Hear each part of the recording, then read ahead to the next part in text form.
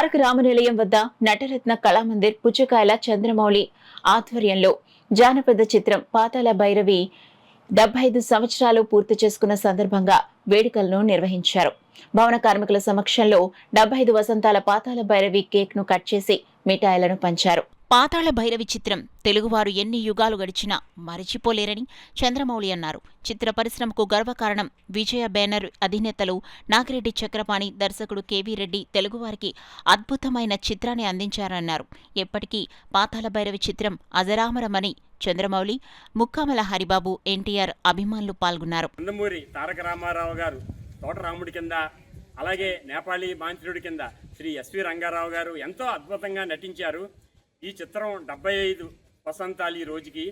ఈ చిత్రాన్ని నిర్మించిన నాగిరెడ్డి చక్రపాణి గారికి, అలాగే దర్శకులు కేవీ రెడ్డి గారికి, ఘంటసాల మాస్టర్ గారికి, ప్రతి ఒక్కళ్ళు ఎంతో కష్టపడి ఈ చిత్రాన్ని మనం ప్రపంచం గర్వించేలాగా జానపద చిత్రాలు ఒక మణిహారం ఇది. అప్పట్లో 3 తరాలు చూశారు, ఆ తర్వాత ఇంకో 3 తరాలు చూస్తారు. తరాలు మారినా యుగాలు మారినా చెక్కు చెదరని జానపద చిత్రరాజ్యం పాతాళ భైరవి.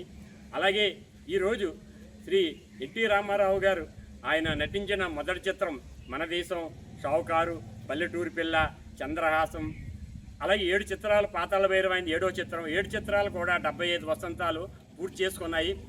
ఈ ప్రపంచంలో కష్టపడి పైకొచ్చిన వ్యక్తి ఎవరంటే ఎన్టీ రామారావు గారు. అటు చిత్ర పరిశ్రమలో కానీ, ఇటు రాజకీయంలో కానీ ఎంతో కష్టపడి అహోరాత్రులు ఆయన ప్రజల హృదయాల్లో సుస్థిర స్థానాన్ని సంపాదించుకున్నాడు. ఈరోజు ఈ యొక్క భవన కార్మికులు అవనివ్వండి, వీళ్ళు కూడా ఎంతో కష్టపడుతున్నారు. వీళ్ళ సమక్షంలో మేము ఈ యొక్క 75 వసంతాల వజ్రోత్సవం అంటారు, డైమండ్ జూబ్లీ జరుపుకోవటం అన్నది చాలా ఆనందంగా ఉంది. కాకపోతే 75 సంవత్సరాల క్రితమే మంచి టెక్నాలజీ అన్నది ఎన్టీ రామారావు వల్ల సాధ్యపడింది ఈ సినిమా ద్వారా.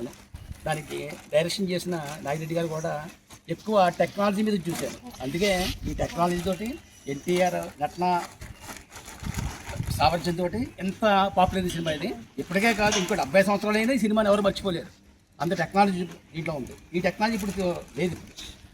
కాబట్టి ఇంత మహనీయుడికి మనం ఇవాళ ఈ పాతాళ భైరవి సినిమా సందర్భంగా మనం జ్ఞాపకం చేసుకోవడం, మన పూర్వ సంస్కృతి